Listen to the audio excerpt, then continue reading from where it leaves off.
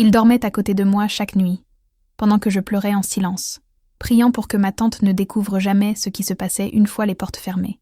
Le destin, cependant, est ironique. À la fin, c'est elle qui m'a trahi de la pire manière possible. Je m'appelle Hélène.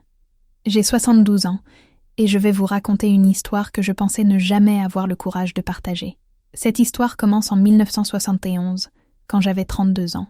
À cette époque, une femme de 32 ans était déjà considérée comme presque vieille, surtout en vivant sous le même toit qu'une tante veuve de 46 ans, qui m'avait toujours traitée comme sa fille.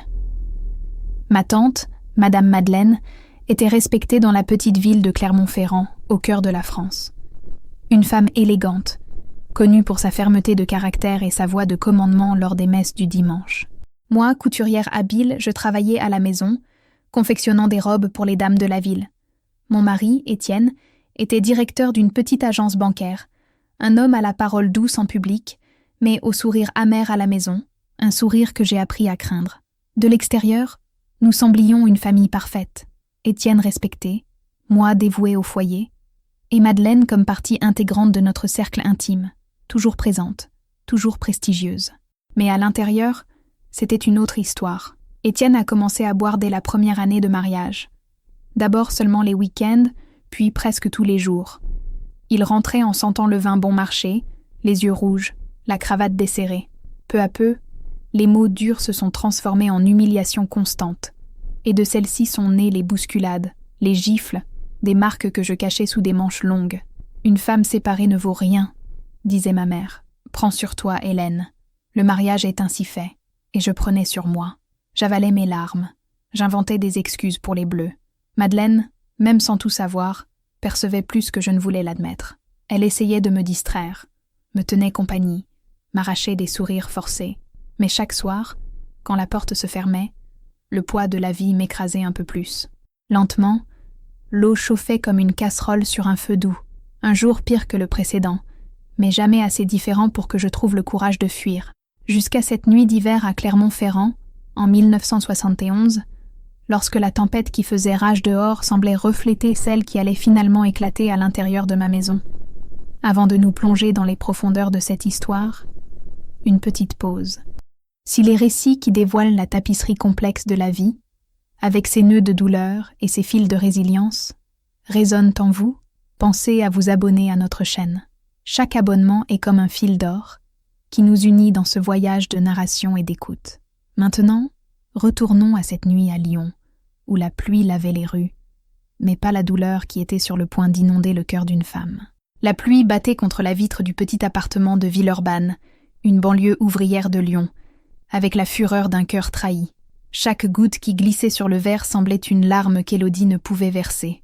Elle se tenait dans le couloir sombre, les pieds nus collés au parquet froid, le tissu d'une robe de mariée inachevée encore épinglé sur son mannequin de couture.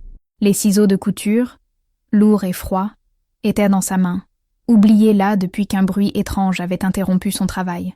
Ce n'était pas un bruit fort, au contraire, c'était son absence. Le silence, un silence dense, rompu seulement par un murmure bas provenant de la chambre d'amis. La chambre qui appartenait à sa tante Madeleine depuis qu'elles avaient recommencé leur vie ensemble. Élodie était rentrée plus tôt du dernier essayage d'une cliente, le cœur léger, fredonnant une mélodie quelconque. Elle était à quelques jours de son propre mariage. À 41 ans, après une vie qui ressemblait plus à un brouillon raturé, elle sentait enfin qu'elle cousait sa propre fin heureuse.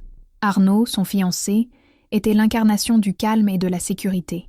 Il devait être en route, revenant du travail de la confection où ils s'étaient rencontrés.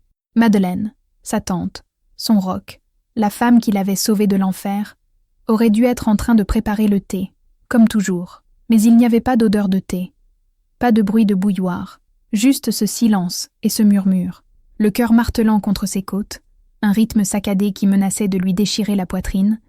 Élodie traversa le couloir. La porte de la chambre de Madeleine était entr'ouverte. Une fente de lumière jaunâtre se déversait sur le sol sombre. C'est sa voix à lui qu'elle entendit en premier, la voix d'Arnaud, douce, intime, dépourvue de la formalité polie qu'il utilisait avec elle. Et puis, la réponse de Madeleine, un murmure à la fois fragile et complice. Élodie n'eut pas besoin de pousser la porte. Son corps bougea de lui-même, comme un automate. La scène qui l'accueillit n'était ni violente ni explicite. Mais son implication était plus tranchante que n'importe quelle lame. Arnaud était assis sur le bord du lit, tenant la main de Madeleine. Sa tante, dos à la porte, avait la tête appuyée sur son épaule. Sa posture n'était pas celle d'un réconfort fraternel. C'était celle de l'abandon, de l'intimité. La lumière de la lampe de chevet les baignait d'une teinte dorée, comme une peinture de la Renaissance, sur les secrets et les trahisons. Le temps s'arrêta. Le bruit de la pluie dehors devint un bourdonnement lointain. Dans cette petite chambre, l'univers d'Élodie implosa en silence. Les ciseaux tombèrent de sa main, heurtant le bois avec un fracas métallique qui résonna comme un coup de feu dans le calme. Les deux se retournèrent, leur visage un masque de choc et de culpabilité. Les yeux de Madeleine, les mêmes yeux qui l'avaient regardée avec protection et amour pendant tant d'années, se détournèrent en maintenant, incapables de rencontrer les siens. Le visage d'Arnaud, habituellement si serein et composé, se tordit en une expression de panique. Élodie ne cria pas, ne pleura pas. Une froideur désolante s'empara d'elle, glaçant son sang et raidissant ses muscles. Elle regarda les deux, la femme qui était sa seule famille et l'homme qui lui avait promis l'avenir, et ne vit que des étrangers qui avaient conspiré pour détruire le sanctuaire qu'elle avait mis des années à construire. Dehors, sa voix sortit, un filet rauque, méconnaissable. Tous les deux. Dehors, il n'y eut aucune discussion. Leur culpabilité était une présence palpable dans la pièce, plus épaisse que l'air humide de la nuit. En silence, ils se levèrent, prirent leur manteau et sortirent sous la pluie, laissant Élodie seule dans l'appartement qui, soudain, était devenu vaste, vide et insupportablement silencieux. Elle resta là, au milieu du couloir, à regarder le mannequin avec sa robe de mariée à moitié faite, une promesse blanche et immaculée qui ressemblait maintenant à un linceul. Pour comprendre la profondeur de la blessure d'Élodie, il faut remonter 8 ans en arrière, dans une autre ville, sous une autre pluie. Clermont-Ferrand, avec ses pierres volcaniques sombres qui semblaient absorber le peu de lumière des jours d'hiver, était sa prison.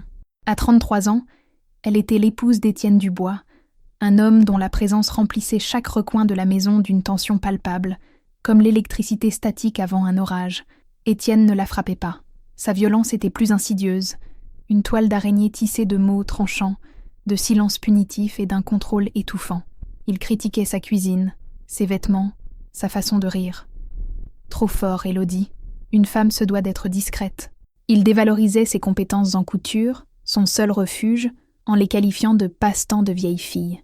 Il l'isola des quelques amis qu'elle avait, transformant chaque invitation en une bataille de volonté qu'elle perdait invariablement, épuisée. Élodie, autrefois une jeune femme au sourire facile et aux yeux brillants, était devenue une ombre. Elle se déplaçait dans la maison avec une prudence étudiée, les épaules voûtées, essayant toujours d'anticiper son prochain mouvement, la prochaine source de mécontentement. Son monde s'était rétréci aux 4 murs de cette maison sombre et au bourdonnement de sa machine à coudre, où, pour de brefs instants, elle parvenait à créer quelque chose de beau et d'ordonné à partir du chaos de sa vie. La seule lumière dans cette obscurité était Madeleine. Tante Madeleine, la sœur aînée de sa mère décédée. À 48 ans, Madeleine était une femme que la vie avait déjà malmenée. Veuve depuis plus d'1 décennie, sans enfant, elle avait perdu sa petite boutique de fleurs à cause des dettes et était venue vivre avec eux, temporairement. Le temporaire durait depuis 3 ans. Madeleine était l'opposé d'Élodie. Là où Élodie se recroquevillait, Madeleine se redressait. Là où Élodie se taisait, Madeleine répondait, avec un sarcasme acéré qui exaspérait Étienne, mais servait de bouclier à sa nièce. C'était Madeleine qui complimentait ses robes. C'était Madeleine qui s'asseyait avec elle dans la cuisine, tard le soir, partageant une tasse de thé et un silence compréhensif qui valait plus que 1000 mots. « Ne le laisse pas éteindre ta lumière, ma chérie », murmurait Madeleine, en passant la main dans les cheveux d'Élodie, qui avaient perdu leur éclat. Mais Élodie voyait le prix que sa tante payait pour cette protection. Elle voyait les regards haineux qu'Étienne lui lançait. Elle entendait les disputes étouffées, les menaces voilées de la mettre à la rue, et elle voyait la peur commencer à s'insinuer dans les yeux de sa tante, autrefois si défiant. La peur qu'un jour Étienne tienne sa promesse et les sépare, laissant Élodie complètement seule à sa merci. La peur rongeait le courage de Madeleine, et Élodie savait que le temps était compté. La décision fut prise sans un mot. Un soir de novembre, alors que la pluie tombait sur Clermont-Ferrand, Avec la même intensité que la nuit de la trahison à Lyon, Étienne sortit pour un de ses dîners d'affaires. C'est dans ces moments-là que la maison respirait, que la tension diminuait juste assez pour qu'un plan puisse germer. Élodie était dans sa salle de couture, en train de raccommoder une nappe. Ses mains tremblaient tellement qu'elle avait du mal à enfiler le fil dans l'aiguille. Madeleine entra, silencieuse comme un fantôme. Elle ne dit rien. Elle posa simplement une petite valise en toile usée par terre, à côté de la chaise d'Élodie. À l'intérieur, ses quelques vêtements et une boîte à biscuits en métal où elle gardait ses maigres économies. Le regard qu'elles échangèrent fut un contrat scellé. Peur, détermination et une étincelle d'espoir sauvage. Élodie se leva, éteignit la machine à coudre et se rendit dans sa propre chambre. Dans une boîte à chaussures sous le lit, elle gardait l'argent qu'elle avait réussi à économiser au fil des ans, en vendant secrètement de petits arrangements et des vêtements à des voisines compatissantes. Ce n'était pas grand-chose, mais cela devait suffire. Elles se déplacèrent dans la maison comme des voleuses, leur cœur battant à l'unisson avec le tic-tac du pendule dans le salon, chaque seconde les rapprochant de l'heure du retour d'Étienne. Elles prirent seulement l'essentiel. Des vêtements, des papiers, la machine à coudre portable d'Élodie, son seul outil, sa seule promesse d'avenir et une photo jaunie de ses parents. Le plus difficile fut de franchir la porte d'entrée. Franchir ce seuil, c'était brûler tous les ponts, laisser derrière soi une vie de misère, mais aussi la seule vie qu'Élodie connaissait. L'air nocturne, froid et humide, la frappa comme un choc physique. La pluie les trempa instantanément, collant leurs cheveux fins à leur visage et leurs manteaux minces à leur corps. Elles coururent dans les rues sombres et détrempées, les valises heurtant leurs jambes, jusqu'à la gare routière. Elles ne regardèrent pas en arrière. Chaque pas était un acte de rébellion. Dans le terminal mal éclairé, avec l'odeur de diesel et de désespoir dans l'air, elles achetèrent 2 allées simples pour le premier bus, partant pour une ville assez grande et anonyme. Lyon. À l'intérieur du véhicule, elles s'assirent sur les sièges arrière, blotties l'une contre l'autre, tremblant de froid et de peur. Alors que le bus s'éloignait des lumières de Clermont-Ferrand, Élodie appuya sa tête contre la vitre froide et regarda les gouttes de pluie dévaler la vitre, déformant le monde qu'elle laissait derrière elle. À ses côtés, Madeleine tenait sa main avec une force qui démentait ses tremblements. À ce moment, dans cette fuite désespérée, elles n'étaient pas tante et nièce. Elles étaient 2 survivantes, unies par un lien forgé dans la peur et l'espoir, en route vers l'inconnu. Et pour Élodie, la main de Madeleine était sa seule ancre dans un océan d'incertitude. Lyon les accueillit avec l'indifférence d'une grande ville. Le bruit constant de la circulation, l'enchevêtrement des rues et la foule anonyme étaient à la fois effrayants et libérateurs. Personne ne les connaissait. Personne ne savait rien de leur passé. Elles étaient 2 pages blanches, froissées et usées, mais prêtes à être réécrites. L'argent qu'elles avaient était maigre. Elles réussirent à louer une petite chambre au fond d'une pension dans le quartier de la Guillotière, un lieu vibrant et chaotique, rempli d'odeurs d'épices exotiques et de la fumée des grillades de rue. La chambre était humide, avec une seule fenêtre donnant sur une cour intérieure sombre. Le papier peint se décollait en longues bandes, révélant des taches de moisissure en dessous. Il y avait 2 lits étroits, une petite table et une plaque de cuisson électrique à un seul feu. C'était un palais, c'était leur forteresse. La vie devint une routine de travail acharné. Elles trouvèrent un emploi dans un grand atelier de couture, un endroit bruyant et mal ventilé, où des dizaines de femmes se penchaient sur des machines à coudre industrielles, le bourdonnement incessant remplissant l'air. Le travail était répétitif et mal payé. Faire des ourlets, coudre des boutons, poser des fermetures éclairs, des heures durant. Élodie, avec son habileté et son souci du détail, se démarqua rapidement, mais le rythme était brutal. Elle rentrait à la tombée de la nuit, les doigts endoloris et le dos douloureux. Elle dînait d'une soupe claire ou de pain et de fromage, assises sur le bord de leur lit. Mais malgré la fatigue, il y avait une légèreté qu'elle n'avait jamais connue à Clermont-Ferrand. Elle pouvait rire aux éclats sans crainte. Elle pouvait parler tard dans la nuit sans que personne ne leur dise de se taire. Elle pouvait simplement être. Dans ces premières années, leur complicité était totale. Elles partageaient tout, le peu d'argent, les repas, les peurs et les rêves. Madeleine, libérée de l'ombre d'Étienne, retrouva un peu de sa vivacité d'antan. Elle racontait des histoires de sa jeunesse, faisait rire Élodie avec ses imitations de leurs collègues de travail. Elle devint la figure maternelle, la sœur et la meilleure amie qu'Élodie n'avait jamais eue. Élodie, de son côté, s'épanouissait sous ce nouveau soleil. Sa confiance, longtemps enfouie, refit surface. Elle commença à accepter de petits travaux de couture en dehors de l'atelier, des retouches pour les voisines de la pension. Chaque franc supplémentaire était religieusement mis de côté dans une boîte à biscuits, la même que Madeleine avait apportée dans sa fuite. Cette boîte était le symbole de leur rêve. Un jour, avoir leur propre atelier. Un lieu lumineux, propre, où elle pourrait créer de la beauté de ses propres mains, selon ses propres termes. Les saisons passèrent, les hivers étaient froids, les étés étouffants. La chambre restait humide, mais elles en firent leur chez-soi, avec de petites touches. Un vase avec une fleur en plastique, des rideaux faits de chutes de tissu, un tapis usé trouvé dans la rue. Elles construisaient une vie, fil par fil, point par point, sur les fondations de leur épreuve partagée. C'était une vie difficile, mais c'était la leur. Et pour la première fois depuis longtemps, cela semblait suffisant. 5 ans passèrent. 5 années de travail acharné qui laissèrent leur marque.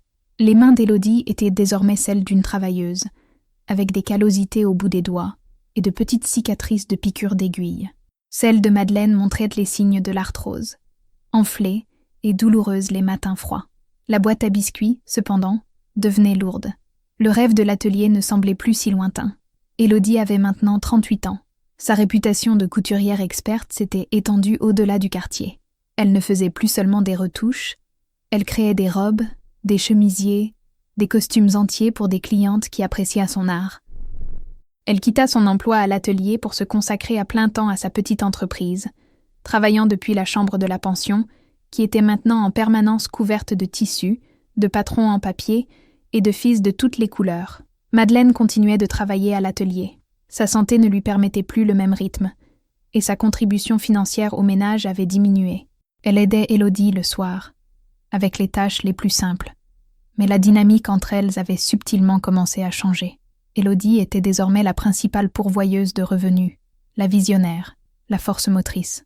Madeleine, qui avait toujours été la protectrice, était maintenant la personne à charge. Ce fut un changement graduel, presque imperceptible, mais les fissures commencèrent à apparaître dans leur solide alliance. Élodie, absorbée par son travail et son rêve, ne remarquait parfois pas le regard fatigué de sa tante, la façon dont elle soupirait en s'asseyant, ou le silence qui s'installait parfois entre elles, un silence différent de celui, confortable, d'autrefois. Un après-midi de printemps, Élodie rentra à la maison, exultante. Elle avait trouvé l'endroit parfait pour son atelier, une petite boutique au rez-de-chaussée à Villeurbanne, avec une grande vitrine qui laissait entrer la lumière. Le loyer était élevé, mais avec ses économies et un petit prêt, elle pouvait se le permettre. « Madeleine, je l'ai trouvé. J'ai trouvé notre endroit », s'exclama-t-elle, en déployant les photos du lieu. Madeleine regarda les photos. Un léger sourire effleura ses lèvres, mais n'atteignit pas ses yeux. « C'est magnifique, Élodie. Ton endroit. Notre endroit, ma tante. Nous y sommes parvenus ensemble. Non, ma chérie, tu y es parvenue. Je ne suis qu'une vieille femme vivant de ta générosité. » L'amertume dans sa voix était si inattendue, si choquante, qu'Élodie en resta sans voix. C'était la première fois que le ressentiment de Madeleine se manifestait, une tête de serpent émergeant des profondeurs. Élodie tenta de la rassurer, de lui dire à quel point elle était importante, à quel point sa présence et son soutien avaient été cruciaux. Mais les mots semblaient creux. Quelque chose s'était brisé. La graine du ressentiment, plantée dans le sol de la dépendance et du vieillissement, avait commencé à germer dans le cœur de Madeleine.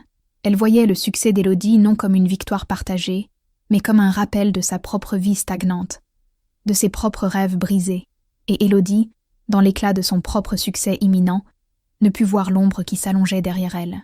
Le déménagement dans le nouvel appartement de Villeurbanne, au-dessus du futur atelier, aurait dû être un nouveau départ glorieux, et, à bien des égards, ce le fut. L'espace était plus grand, plus lumineux. Pour la première fois depuis des années, elles avaient des chambres séparées. L'atelier au rez-de-chaussée prenait forme, un sanctuaire de créativité et d'espoir. Mais la distance physique entre leurs chambres semblait refléter une nouvelle distance émotionnelle entre la tante et la nièce. C'est durant cette période de transition qu'Arnaud Lambert entra dans la vie d'Élodie. Il était le directeur d'une grande confection locale, l'un des fournisseurs de tissus d'Élodie. Il avait environ 45 ans, était grand, les cheveux grisonnants sur les tempes et un sourire calme qui inspirait confiance. Contrairement à Étienne, qui la rabaissait, Arnaud l'écoutait avec un intérêt sincère. Il posait des questions sur son travail, complimentait ses créations, admirait son courage. Leur relation commença à l'ancienne, lentement et respectueusement. D'abord des conversations professionnelles, puis des cafés après le travail, et enfin des dîners dans de petits bistrots. Arnaud était un baume pour l'âme meurtrie d'Élodie. Avec lui, elle se sentait vue, valorisée, en sécurité. Il représentait la stabilité et la normalité qu'elle n'avait jamais eue. L'idée d'amour, qu'elle pensait morte et enterrée, commença à refleurir timidement dans son cœur. Madeleine observait cette romance avec une neutralité étudiée. Elle était polie avec Arnaud, lui offrait du café lorsqu'il leur rendait visite, mais participait rarement à leurs conversations. Elle se retirait dans sa chambre, les laissant seuls, sous prétexte d'être fatiguée ou d'avoir mal à la tête. Au début, Élodie interpréta cela comme de la discrétion, un désir de lui laisser de l'espace pour sa nouvelle vie. Mais avec le temps, elle sentit une froideur dans l'attitude de sa tante. Un soir, alors qu'Élodie se préparait pour un rendez-vous avec Arnaud, Madeleine l'observa depuis le seuil de la chambre. « Il a l'air d'un homme bien », dit Madeleine, sa voix dépourvue d'émotion. « Il l'est, ma tante. Il est très gentil. La gentillesse peut être un masque, Élodie. Souviens-t'en. » L'avertissement flotta dans l'air, lourd et menaçant. « Que veux-tu dire par là? Tu ne l'aimes pas ?» demanda Élodie en se retournant, le cœur serré. Madeleine haussa les épaules. « Ce n'est pas une question d'aimer. C'est une question de prudence. Les hommes promettent le monde pour obtenir ce qu'ils veulent. J'ai déjà vu ça. » La conversation s'arrêta là, mais laissa un goût amer dans la bouche d'Élodie. Elle se sentit partagée. D'une part, l'avertissement de sa tante faisait écho à ses propres peurs, nées de son expérience avec Étienne. D'autre part, il semblait injuste et plein de ressentiment. On aurait dit que Madeleine ne supportait pas de la voir heureuse. Et ce soupçon, même si Élodie essayait de le chasser, était une petite pierre dans la chaussure de son bonheur, lui rappelant que son monde, même à son moment le plus lumineux, contenait encore des ombres. 6 mois après leur rencontre, par une douce soirée d'été, Arnaud emmena Élodie dans un restaurant avec vue sur la Saône.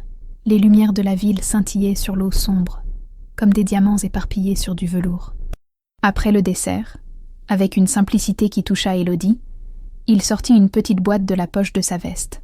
À l'intérieur, une bague de fiançailles en or blanc, délicate et sans ostentation, avec un petit saphir qui brillait comme un fragment de ciel nocturne. « Élodie, » commença-t-il, la voix un peu tremblante, « tu es la femme la plus forte et la plus talentueuse que j'ai jamais rencontrée. Tu m'as redonné foi en la bonté. Veux-tu m'épouser ?» Les larmes qu'Élodie n'avait pas versées la nuit de la trahison vinrent maintenant, des larmes de joie et de soulagement. Elle dit oui. Sa voix un murmure étranglé. La bague glissa parfaitement à son doigt. C'était comme un rêve, une fin de conte de fées, pour une histoire qui avait commencé si sombrement. Elle rentra chez elle sur un nuage. Elle entra dans l'appartement, impatiente de partager la nouvelle avec la seule personne qui avait été à ses côtés à travers tout. Elle trouva Madeleine dans le salon, regardant la télévision, la lumière vacillant sur son visage impassible. « Ma tante, j'ai une nouvelle, » dit Élodie, tendant sa main gauche pour lui montrer la bague. « Arnaud m'a demandé en mariage. » Madeleine regarda la bague, puis le visage radieux d'Élodie. Pendant un instant, Élodie vit quelque chose dans son regard, un mélange de panique et de perte, avant qu'il ne soit rapidement remplacé par un sourire forcé. « Félicitations, ma chérie. Je suis très heureuse pour toi. » Sa voix était fine, cassante. Elle se leva, serra brièvement et raidement Élodie dans ses bras et dit « Je suis fatiguée. Je vais me coucher. On en reparle demain. » Sur ce, elle disparut dans sa chambre, fermant la porte derrière elle. La joie d'Élodie se fana, comme une fleur laissée dans le froid. Elle resta seule dans le salon, l'éclat du saphir semblant soudain plus froid. La réaction de sa tante n'avait pas été celle d'une joie partagée. C'était un retrait, une abdication. Élodie tenta de rationaliser. Peut-être que Madeleine s'inquiétait de se retrouver seule. Peut-être qu'elle avait peur de devenir un fardeau pour le nouveau couple. Le lendemain, Élodie tenta d'aborder le sujet. « Ma tante, je veux que tu saches que rien ne changera entre nous, » dit-elle, alors qu'elle prenait leur petit déjeuner en silence. « Tu auras toujours une place avec nous. Tu es ma famille. » Madeleine se contenta d'acquiescer, les yeux fixés sur sa tasse de thé. « Je sais, ma chérie. Ne t'inquiète pas pour moi. » Mais Élodie s'inquiétait. L'ombre qui s'était installée entre elles devenait plus sombre, plus longue. Madeleine construisait un mur autour d'elle, brique par brique de silence et de distance.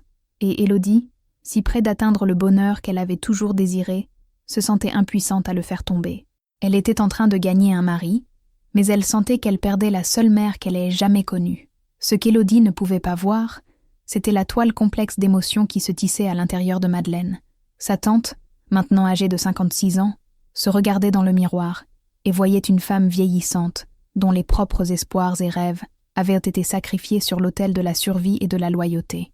Elle aimait Élodie, d'un amour féroce et protecteur qui avait été sa raison d'être pendant des années. Mais cet amour était maintenant empoisonné par une jalousie corrosive. Ce n'était pas seulement de la jalousie envers Arnaud, l'homme qui lui volait sa nièce. C'était une jalousie plus profonde, plus ancienne. C'était la jalousie de la jeunesse d'Élodie, de sa résilience, de son avenir prometteur. Madeleine voyait Élodie construire la vie qu'elle-même ne pourrait jamais avoir. Son propre mariage avait été bref et sans amour. Son veuvage avait été une longue et solitaire lutte. La fuite avec Élodie lui avait donné un but, un rôle, celui de sauveuse. Mais maintenant, Élodie n'avait plus besoin d'être sauvée.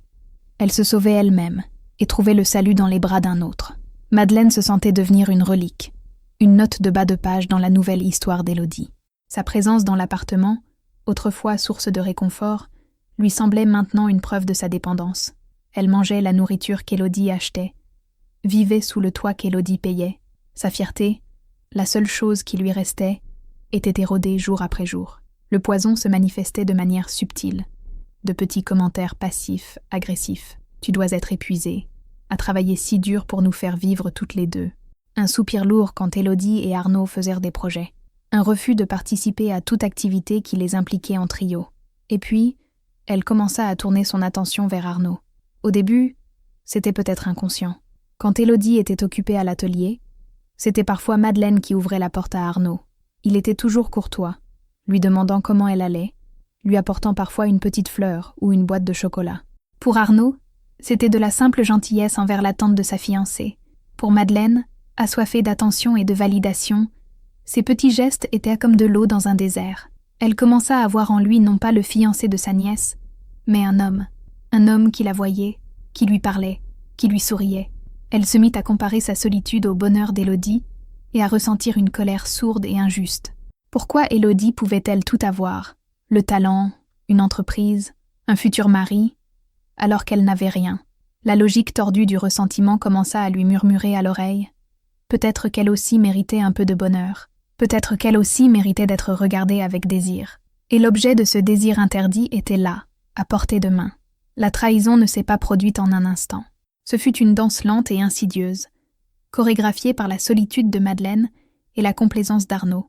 Arnaud, malgré son apparence de gentleman, possédait une vanité subtile. Il aimait être admiré, et l'attention de la femme plus âgée, la façon dont elle l'écoutait avec une intensité qu'Élodie, souvent distraite par le travail, n'avait plus, flattait son ego. Cela commença par des conversations dans la cuisine, pendant qu'Élodie terminait une commande urgente à l'atelier. Madeleine lui parlait de son passé, de son veuvage, de sa vie avant Clermont-Ferrand. Elle se dépeignait comme une figure tragique et solitaire. Arnaud, de son côté, offrait une oreille attentive, des mots de réconfort. Il y avait une complicité grandissante entre eux, construite dans les moments où Élodie était absente. Élodie, plongée dans les préparatifs du mariage et la gestion de son entreprise florissante, ne remarqua pas les signes. Elle ne vit pas les regards qui s'attardaient un peu trop longtemps. Elle n'entendit pas le changement dans le ton de leur voix quand ils étaient ensemble. Elle était trop heureuse, trop confiante dans son nouveau monde pour soupçonner qu'une trahison pouvait grandir sous son propre toit. Le tournant eut lieu un après-midi où Élodie dut se rendre à une foire au tissu à Saint-Étienne, un voyage qui la tiendrait éloignée pour la nuit. C'était la première fois qu'elle passait une nuit dehors depuis son déménagement à Lyon. « Tu es sûre de ne pas vouloir venir, ma tante ? Ça pourrait être amusant, » dit Élodie. « Non, ma chérie, je suis trop fatiguée, et quelqu'un doit rester pour garder la maison, » répondit Madeleine, avec un sourire qui n'atteignait pas ses yeux. Ce soir-là, Arnaud se présenta à l'appartement sous prétexte d'apporter le dîner à Madeleine, pour qu'elle ne soit pas seule. Ils mangèrent ensemble. Ils burent une bouteille de vin, et dans le silence de l'appartement, avec l'absence d'Élodie flottant au-dessus d'eux, comme une permission tacite, les barrières tombèrent. La vulnérabilité de Madeleine rencontra la vanité d'Arnaud. La solitude rencontra l'opportunité. Ce ne fut pas un acte de passion, mais un acte d'égoïsme et de désespoir. Une transgression sombre qui redéfinit à jamais leur relation. Quand Élodie revint le lendemain, elle sentit une étrangeté dans l'air, une tension qu'elle ne pouvait identifier. Madeleine était excessivement serviable, Arnaud étrangement distant. Elle mit cela sur le compte de la fatigue du voyage et de sa propre anxiété prénuptiale. La danse continua, maintenant plus dangereuse, chargée du poids de leurs secrets. Et elle culmina cette nuit pluvieuse, quelques semaines plus tard, quand Élodie, rentrant plus tôt à la maison, traversa le couloir et ouvrit la porte sur le son du silence, trouvant son avenir et son passé enlacés dans la pénombre, détruisant son présent. Après qu'Arnaud et Madeleine furent sortis dans la nuit pluvieuse, un silence surnaturel s'abattit sur l'appartement.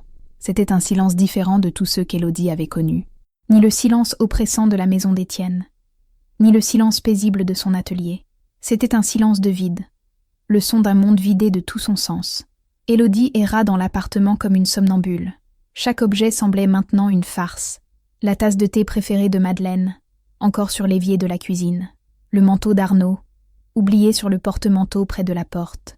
La photo d'elles deux, tante et nièce, souriant le jour de l'inauguration de l'atelier. Une image de triomphe qui semblait maintenant un mensonge cruel. Elle entra dans la chambre de Madeleine. Le lit était défait. L'odeur de son parfum, un mélange de lavande et de déception, flottait encore dans l'air. Élodie sentit une vague de nausée. Elle ferma la porte, comme si elle pouvait emprisonner le fantôme de la trahison à l'intérieur. Sa douleur était double, une hydre à deux têtes. La trahison d'Arnaud était aiguë, un coup direct à son cœur et à ses espoirs d'un avenir heureux. Mais la trahison de Madeleine était plus profonde, plus dévastatrice. Elle avait attaqué les fondations mêmes de son identité. Madeleine n'était pas seulement sa tante, elle était sa sauveuse, sa complice, sa seule constante dans un monde de chaos. Elle avait été son ancre. Et maintenant, cette ancre s'était détachée, la laissant à la dérive dans une mer de désolation. Cette nuit-là, Élodie ne dormit pas. Elle s'assit sur le sol froid de son atelier, entourée de tissus et de mannequins silencieux. Elle prit la robe de mariée inachevée. Avec un calme effrayant, elle commença à enlever, une par une, toutes les épingles qui maintenaient le délicat tissu de soie. Puis, avec les mêmes ciseaux qui lui étaient tombés des mains quelques heures plus tôt, elle commença à couper. Pas avec colère, mais avec une précision méthodique, chirurgicale. Elle coupa le corsage, les manches, la jupe, transformant le symbole de son rêve en un tas de lambeaux inutiles. Le soleil se leva, gris et aqueux, la trouvant là, au milieu des ruines de son avenir. Il n'y avait pas de larmes, juste un vide immense. La douleur était si grande qu'elle en était devenue abstraite, un paysage désolé en elle. Elle se sentait comme si elle avait survécu à un incendie. La maison, sa vie, avait brûlé jusqu'aux fondations. Et tout ce qui restait, c'était des cendres, et la tâche effrayante de découvrir si quelque chose, quoi que ce soit, pourrait y repousser. Dans les jours qui suivirent, elle fonctionna en mode survie. Elle appela les invités du mariage, sa voix un monotone mécanique pour annoncer l'annulation. Elle emballa les affaires d'Arnaud et de Madeleine dans des boîtes et les laissa devant la porte de l'immeuble. Il n'y eut pas d'appel, pas de lettre, juste le silence pour confirmer son bannissement. Le sanctuaire qu'elles avaient construit ensemble avait été profané, et Élodie, sa seule gardienne restante, en ferma les portes. Le deuil d'Élodie ne fut pas fait de larmes, mais de travail. L'atelier devint son monastère, sa cellule de cloître. Le bourdonnement de la machine à coudre était sa prière, sa méditation, le seul son qui pouvait étouffer l'écho du silence dans l'appartement du dessus. Elle se plongea dans le travail avec une férocité qu'elle n'avait jamais eue auparavant. Elle accepta toutes les commandes, aussi complexes ou exigeantes soient-elles. Elle travaillait 16, 18 heures par jour. La fatigue physique était une bénédiction, un sédatif qui lui permettait de dormir quelques heures par nuit sans rêver.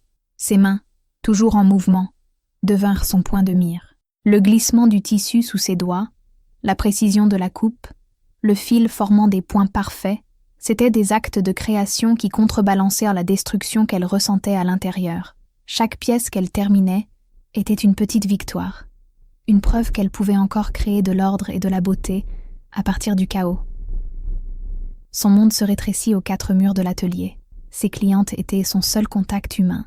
C'étaient des femmes de toutes sortes, jeunes mariées, femmes d'affaires, mères de famille. Elles entraient avec leurs tissus et leurs idées, et pour de brefs instants, Élodie pouvait se concentrer sur leurs rêves, leur corps, leur vie. Elle était une auditrice silencieuse, sa douleur la rendant étrangement à l'écoute des petites insécurités et des joies des autres femmes. « Cette robe doit être parfaite », disait une future mariée, radieuse. « C'est le jour le plus important de ma vie. » Élodie hochait la tête, l'image de sa propre robe en lambeaux lui traversant l'esprit, et promettait qu'elle serait parfaite. « J'ai besoin d'un tailleur qui me donne confiance », disait une avocate. « J'ai un gros dossier à plaider. » Élodie comprenait le besoin d'une armure. L'atelier, autrefois un rêve partagé, devint son sanctuaire personnel. C'est là qu'elle menait ses batailles silencieuses. L'acte de transformer un morceau de tissu plat en un vêtement en 3 dimensions devint une métaphore de sa propre vie. Elle prenait les lambeaux de son existence et essayait de les recoudre, point par point, pour leur donner une forme qui ait un sens, qui puisse être portée, qui lui permette d'affronter le monde. La solitude était sa compagne constante. Les repas étaient solitaires, les nuits longues. L'appartement à l'étage semblait vaste et hanté. Elle évitait la chambre de Madeleine, gardant la porte toujours fermée. Mais le travail était son salut. C'était sa façon de traiter la douleur, de la transformer en quelque chose de tangible, de beau.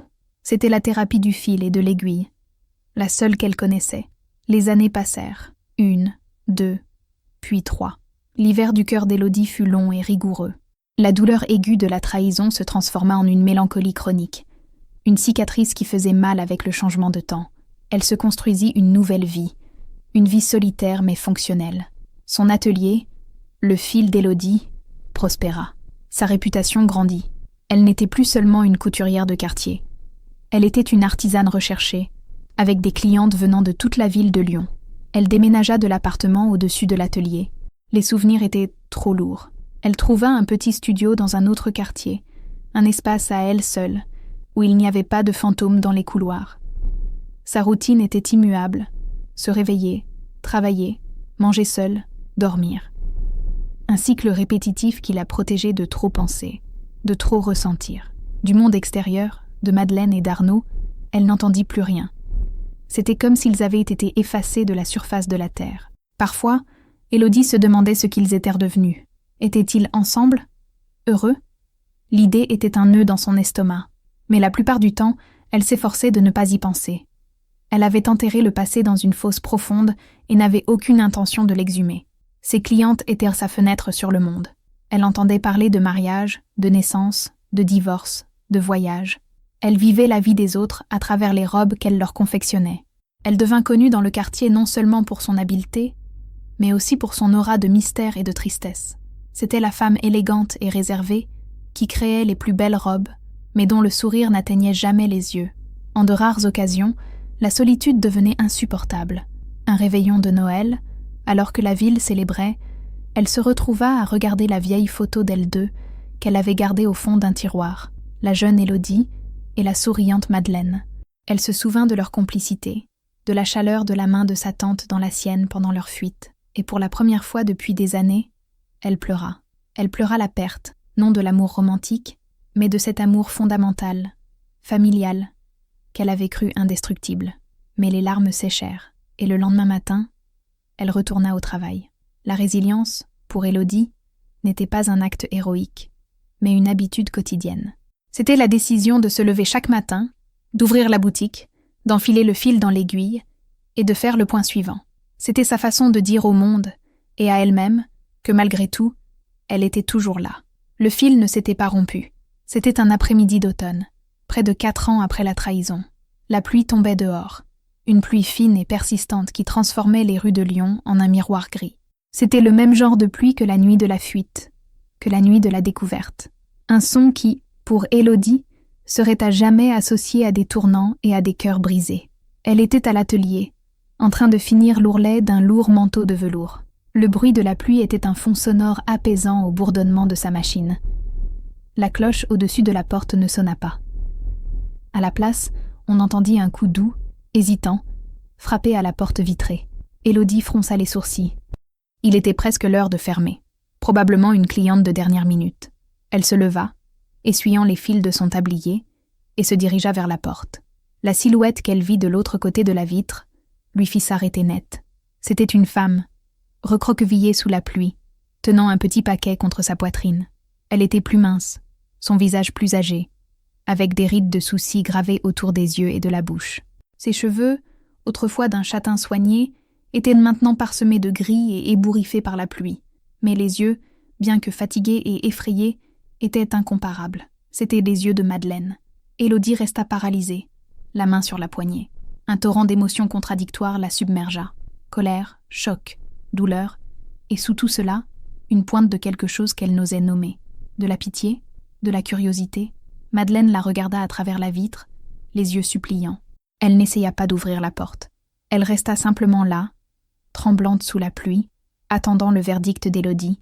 Après un moment qui parut une éternité, Élodie prit une profonde inspiration et déverrouilla la porte. Elle l'ouvrit juste assez pour que sa tante puisse entrer. Madeleine entra, apportant avec elle l'odeur de la pluie et du désespoir. Le petit paquet dans ses bras bougea et émit un petit son, un gémissement de bébé. C'est alors seulement qu'Élodie remarqua que ce n'était pas un paquet, mais un enfant, enveloppé dans une couverture usée, un bébé de quelques mois. Et c'est alors qu'Élodie vit, sous la lumière vive de l'atelier, elle vit ce que la pénombre de l'après-midi et la pluie avaient caché. Il y avait un bleu jaunâtre et violet sur la joue de Madeleine, qui s'estompait, mais était encore visible, et une coupure cicatrisée au-dessus de son sourcil. Les deux femmes se firent face, au milieu du sanctuaire d'Élodie. Le silence était chargé du poids des années de non-dits, de douleurs non résolues. Finalement, Madeleine leva les yeux pour rencontrer ceux d'Élodie. Sa voix, quand elle parla, était un murmure rauque et brisé. « Maintenant, je comprends, Élodie. Maintenant, je comprends. » Les mots de Madeleine flottaient dans l'air, chargés d'une signification terrible. Élodie ne l'invita pas à s'asseoir. Elle attendit simplement, son visage un masque impénétrable, tandis que son esprit tournait, essayant de traiter la scène devant elle. Sa tante, le bébé, les bleus. Madeleine, sentant la froideur de l'accueil d'Élodie, commença à parler, les mots sortant dans un flot précipité et trébuchant, comme si elle craignait que la porte ne se referme à tout moment. Son histoire était un sombre écho de celle d'Élodie. Après avoir été chassée, elle et Arnaud avaient tenté de se construire une vie ensemble. Au début, il y avait eu l'excitation de la transgression, mais la culpabilité et le ressentiment avaient rapidement rongé tout ce qui les avait unis. Arnaud, loin du regard d'Élodie, révéla sa vraie nature. Sa gentillesse était une façade qui cachait un profond narcissisme et un besoin de contrôle. Il commença par l'isoler, tout comme Étienne l'avait fait avec Élodie. Il critiquait ses opinions, ses amitiés, son apparence. Quand Madeleine tomba enceinte, la situation empira. Arnaud ne voulait pas de la responsabilité, de la complication d'un enfant. Sa cruauté devint plus verbale, plus psychologique, et finalement, quand sa frustration déborda, elle devint physique. Pas souvent, pas brutalement, mais assez pour planter la même peur paralysante que Madeleine avait vue dans les yeux d'Élodie des années auparavant. Le bleu sur son visage était le résultat de leur dernière dispute, quand elle avait finalement trouvé le courage de le quitter. Il lui avait dit de partir, mais de ne pas prendre son fils. Elle s'était enfuie au milieu de la nuit, tout comme elle et Élodie l'avaient fait, avec le bébé dans ses bras et rien d'autre. « Je pensais qu'il était différent », murmura Madeleine, les larmes coulant enfin sur son visage, se mêlant aux gouttes de pluie. « Je pensais que c'était de l'amour, ou du moins une opportunité, mais c'était juste la même prison, avec un geôlier différent. Je le voyais me regarder de la même manière qu'Étienne te regardait, avec mépris. Et c'est là que j'ai compris. J'ai compris ce que tu as enduré, ce dont je t'ai aidé à t'échapper, et puis ce que je t'ai fait à nouveau. » Elle regarda le bébé endormi dans ses bras. « Voici Camille. Elle n'est pour rien dans tout ça. » Madeleine ne demanda pas explicitement pardon. Sa confession n'était pas une tentative de s'excuser, mais une déclaration de compréhension. Elle avait bouclé la boucle. Elle avait vécu le même genre de souffrance dont elle avait sauvé Élodie, et qu'elle avait ensuite contribué à lui infliger. Sa trahison n'avait pas été un acte d'amour pour Arnaud, mais un acte de désespoir, de jalousie et d'autodestruction, et le prix avait été de devoir revivre le cauchemar qu'elle pensait avoir laissé derrière elle à Clermont-Ferrand. Élodie écouta tout en silence. La colère qu'elle avait ressentie pendant des années commença à se dissiper, remplacée par une émotion plus complexe et fatiguée. Pas encore le pardon, mais une reconnaissance. Une reconnaissance de la misère partagée, du schéma destructeur qui les avait toutes deux piégées. Elle voyait en sa tante non pas la traîtresse, mais une femme brisée, tout comme elle l'avait été, et dans ses bras, un enfant innocent, le résultat de toute cette douleur. Le bébé, Camille, commença à gémir, réveillé par la tension dans l'air. Le son fragile brisa le charme. Il traversa les couches de douleur et de ressentiment, touchant quelque chose de primordial chez Élodie. Elle regarda l'enfant, le petit visage froissé, les yeux clignant sous la lumière vive. Puis, elle regarda Madeleine, trempée, tremblante, son visage une carte d'épuisement et de défaite. Et la décision d'Élodie ne fut pas prise avec la tête, mais avec le cœur, le même cœur qui avait appris la résilience par le fil et l'aiguille. « Entrez », dit-elle, sa voix toujours tendue mais plus glaciale. « Vous allez attraper une pneumonie. » Elle s'écarta de la porte, laissant le passage. Madeleine hésita un instant, comme si elle n'en croyait pas ses oreilles. Puis, avec un hochement de tête presque imperceptible, elle entra dans la chaleur de l'atelier. Élodie verrouilla la porte et tourna le panneau sur « Fermé ». Sa forteresse avait été violée, mais peut-être était-ce pour être reconstruite différemment. Elle les conduisit à la petite kitchenette à l'arrière de l'atelier. Elle fit asseoir Madeleine, prit le bébé mouillé de ses bras et l'enveloppa dans une serviette sèche et propre qu'elle gardait là. Elle prépara un biberon de lait chaud pour le bébé et une tasse de thé fort et sucré pour Madeleine. Elles se déplacèrent dans une sorte de transe silencieuse. Les actions d'Élodie étaient pratiques, efficaces. Elle n'offrit pas de mots de réconfort, pas d'étreinte. Elle offrit de la chaleur, de la sécheresse et de la nourriture. C'était ce qu'elle pouvait donner à ce moment-là. C'était sa propre sorte de suture, un premier point hésitant pour essayer de refermer une plaie ouverte depuis longtemps, tandis que Madeleine buvait son thé, ses mains tremblantes autour de la tasse chaude, et que Camille buvait son lait, les yeux fixés sur le visage d'Élodie. Un étrange sentiment de déjà-vu s'empara d'Élodie. 2 femmes et un enfant, unis par la fuite d'un homme cruel. L'histoire se répétait, mais les protagonistes avaient échangé leur rôle. « Vous pouvez rester cette nuit », dit finalement Élodie, sa voix basse. « J'ai un canapé-lit dans mon studio. Demain on verra. » Ce n'était pas une promesse de pardon, ni une absolution. C'était une trêve, un sursis. C'était Élodie choisissant la compassion plutôt que la vengeance, choisissant la complexité de leur histoire partagée plutôt que la simplicité de la colère. Cette nuit-là, dans son petit atelier, entourée de formes de robes et de rouleaux de tissu, Élodie prit la décision la plus difficile de sa vie, non pas de fermer la porte, mais de commencer, une fois de plus, à recoudre le tissu déchiré de sa famille. Les premiers jours furent d'une étrangeté palpable. Madeleine et la petite Camille s'installèrent dans le studio d'Élodie, occupant un espace qui avait été son refuge solitaire. Leur présence était un rappel constant de la trahison, mais aussi de la nouvelle réalité. Élodie garda une distance émotionnelle. Elle était polie, mais réservée. Sa routine restait centrée sur l'atelier. Madeleine, de son côté, était une ombre dans la maison. Elle se déplaçait silencieusement, s'occupant du bébé, nettoyant, cuisinant des repas simples qu'Élodie touchait à peine. Il y avait un abîme de non-dit entre elles. Le pont au-dessus de cet abîme fut construit, de manière inattendue, par la petite Camille. Le bébé, ignorant le drame des adultes, exigeait attention, soin et amour. Élodie, qui ne s'était jamais imaginée près d'enfants, se retrouva à observer la petite créature avec une curiosité hésitante. Une nuit, alors que Madeleine donnait le bain au bébé, Camille se mit à pleurer inconsolablement. Madeleine, épuisée et au bord des larmes, n'arrivait pas à la calmer. Instinctivement, Élodie prit le bébé. Elle la serra contre sa poitrine, la berçant doucement, fredonnant une vieille berceuse que sa propre mère lui chantait. À sa grande surprise, Camille se calma, ses petits sanglots se transformant en un soupir satisfait. À cet instant, avec la chaleur du petit corps contre le sien, quelque chose en Élodie s'adoucit. Madeleine observait depuis le seuil, les yeux pleins de larmes. « Tu as toujours eu le don », murmura-t-elle. « Même les animaux blessés te faisaient confiance. » Ce fut la première vraie conversation qu'elles eurent. Elles parlèrent, non pas du passé, mais du présent, de Camille, de ses besoins, de ses petites habitudes. Le bébé devint leur terrain neutre, leur projet commun.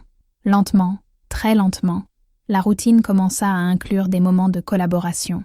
Madeleine, dont les mains n'avaient plus la fermeté pour la couture fine, commença à aider à l'atelier avec des tâches plus simples. Repasser, organiser les tissus, accueillir les clientes quand Élodie était occupée.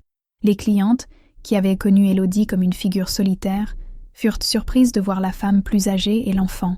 Élodie expliquait simplement « C'est ma tante et ma petite nièce. Elles sont venues vivre avec moi. » La simplicité de la déclaration lui conférait une vérité incontestable.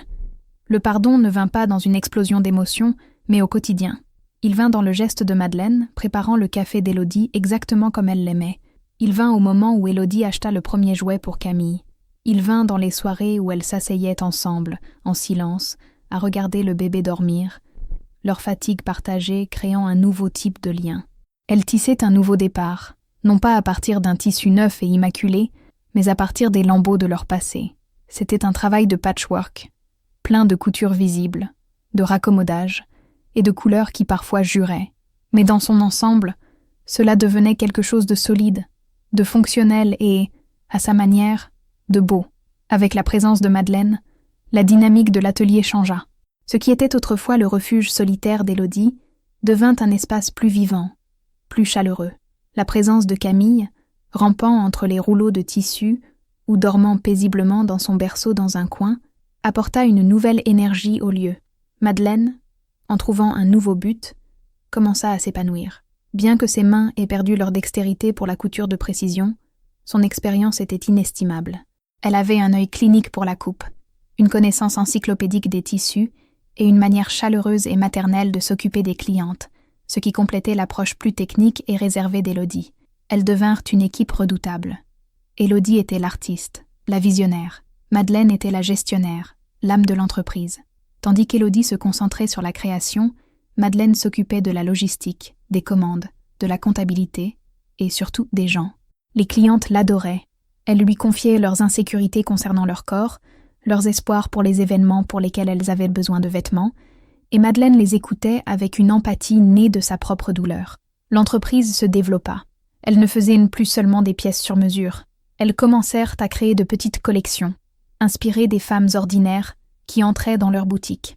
Leurs créations étaient connues pour leur élégance intemporelle, leur qualité irréprochable, et par-dessus tout, la façon dont elles faisaient en sorte que les femmes se sentent bien dans leur peau. Camille grandissait au milieu de cet univers de tissus, de fils et d'histoires de femmes. L'atelier était son terrain de jeu. Élodie et Madeleine, ses deux figures maternelles. Elle appelait Élodie « Maman Élodie » et Madeleine « Mamie Délé ». Pour l'enfant, sa famille peu conventionnelle était la seule normalité qu'elle connaissait. La relation entre les deux âmes sœurs s'approfondit également. Elles trouvèrent un nouvel équilibre, non plus basé sur la dynamique de sauveuse et sauvée, mais sur un partenariat d'égal. Elles partageaient la responsabilité de l'entreprise, de la maison et de l'éducation de Camille. Il y avait encore des cicatrices, des moments de silence où le passé flottait entre elles. Mais maintenant, elles avaient un avenir partagé vers lequel se tourner, un avenir qu'elles construisaient ensemble, de leurs propres mains. Un après-midi, alors qu'elle regardait Camille faire ses premiers pas chancelants au milieu de l'atelier, Élodie se tourna vers Madeleine. « Te souviens-tu de la boîte à biscuits ?» demanda-t-elle doucement. Madeleine sourit, un sourire sincère et mélancolique. « Bien sûr que je m'en souviens. Notre premier trésor. Je crois que nous avons enfin réussi, » dit Élodie. « Pas de la manière que nous avions prévu, d'une manière beaucoup plus compliquée, mais nous avons réussi. » Et à ce moment-là, le pardon fut complet, non pas parce que le passé avait été oublié, mais parce que le présent qu'elles avaient construit ensemble était, finalement, plus fort et plus important que la douleur qui les avait séparées. Alors que l'atelier, le fil d'Élodie, devenait une institution dans le quartier, Élodie et Madeleine commencèrent à remarquer un schéma. Beaucoup de femmes qui entraient dans leur boutique ne cherchèrent pas seulement une robe, elles cherchaient un refuge. C'étaient des femmes qui, comme elles, avaient des histoires de lutte, de nouveaux départs, de fuite. Certaines fuyaient des mariages malheureux, d'autres la solitude, d'autres encore le manque d'opportunités. Un soir d'hiver, alors qu'elles fermèrent la boutique, une jeune femme, cliente régulière, se confia à Madeleine. Elle lui raconta à voix basse qu'elle essayait de quitter son mari, un homme qui la contrôlait financièrement, et qu'elle ne savait pas comment subvenir à ses besoins. Elle avait un talent pour la broderie, mais ne savait pas comment en faire une entreprise. Cette conversation fut une graine. Plus tard cette nuit-là, Élodie et Madeleine discutèrent. Leur propre histoire de survie par la couture leur donna une idée. Et si elles pouvaient utiliser leur succès pour aider d'autres femmes à trouver leur propre indépendance. C'est ainsi que naquit le projet « Les Fils de l'Espoir ». Elles décidèrent d'utiliser l'atelier, les mardis et jeudis soirs, pour donner des cours gratuits de couture, de broderie et de gestion de petites entreprises à des femmes en situation de vulnérabilité. La nouvelle se répandit de bouche à oreille. Au début, peu de femmes se présentèrent, timides et méfiantes, mais la patience d'Élodie et la chaleur de Madeleine créèrent un environnement sûr et accueillant. Élodie enseignait la technique, la précision de la coupe, la magie de transformer le tissu en forme. Madeleine enseignait le côté pratique. Comment calculer les prix, comment trouver des clients, et surtout, comment retrouver confiance en soi. L'atelier se transformait, 2 fois par semaine, en un centre communautaire. Le bruit des machines à coudre se mêlait aux rires, aux confidences et aux mots d'encouragement. Les femmes qui se sentaient isolées y trouvaient un réseau de soutien, une sororité tissée de fils et de solidarité. Le projet grandit. Elles établirent des partenariats avec des centres d'accueil locaux à Lyon. Leur renommée atteignit les villes voisines et elles commencèrent à organiser des ateliers mensuels à Saint-Étienne et Grenoble, transportant leurs camionnettes chargées de machines à coudre portables et de rouleaux de tissu donnés. Élodie et Madeleine trouvèrent une nouvelle dimension à leur travail. Il ne s'agissait plus seulement de créer de la beauté, mais de donner du pouvoir, de donner à d'autres femmes le même outil qui les avait sauvées, la capacité de construire une vie de leurs propres mains. Leur propre douleur, leur passé de trahison et de réconciliation avait été transformé en quelque chose de plus grand. Il était devenu le fondement d'un héritage d'espoir cousu, point par point, dans la vie de dizaines d'autres femmes. Les années continuèrent de passer, tissant une tapisserie de saisons et de souvenirs. Camille, le bébé arrivé par une nuit de pluie, était maintenant une jeune femme d'une 20aine d'années, avec les yeux intelligents d'Élodie et le sourire chaleureux de Madeleine. Elle avait grandi dans l'atelier et, naturellement, le métier était dans son sang.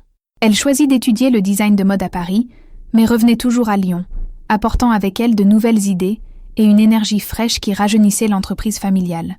Élodie avait maintenant 72 ans. Ses cheveux étaient entièrement blancs, attachés en un chignon élégant.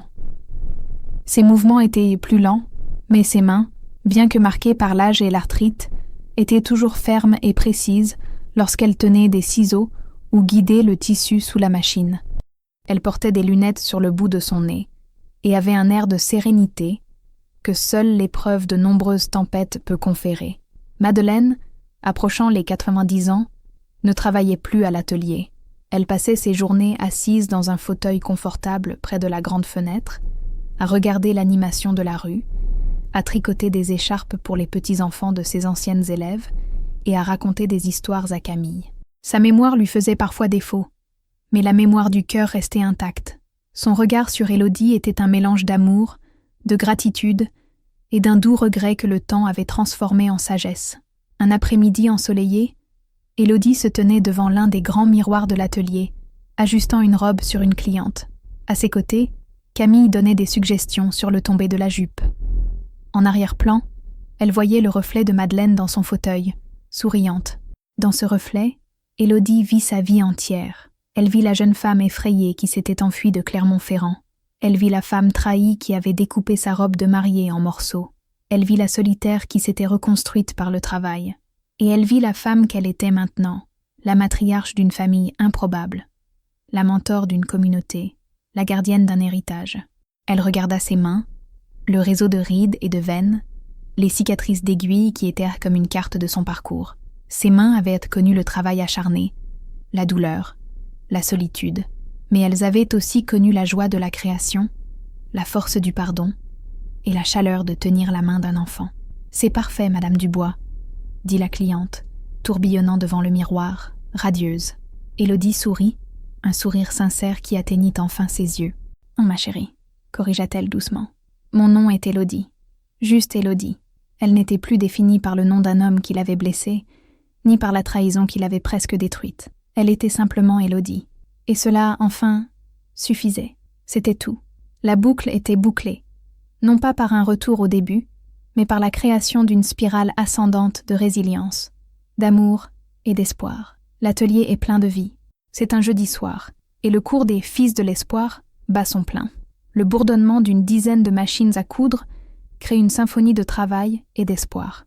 Des femmes de tous âges et de toutes origines sont penchées sur leurs projets, leurs fronts froncés de concentration, leurs visages s'illuminant de petits triomphes.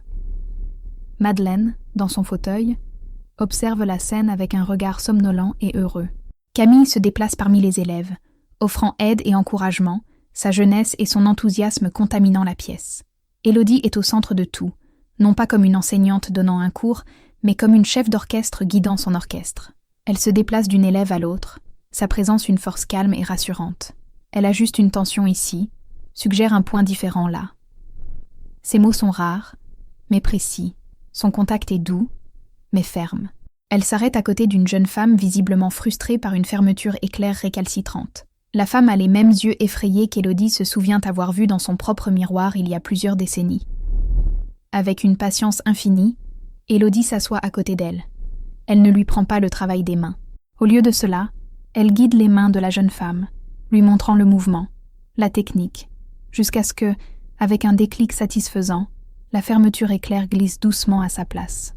Le visage de la jeune femme s'illumine d'un sourire de soulagement et de fierté. « J'ai réussi », murmure-t-elle, plus pour elle-même que pour Élodie. « Oui », dit Élodie, sa voix douce. « Tu as réussi, et tu continueras de réussir. » Élodie se lève et se retire dans un coin, observant sa création.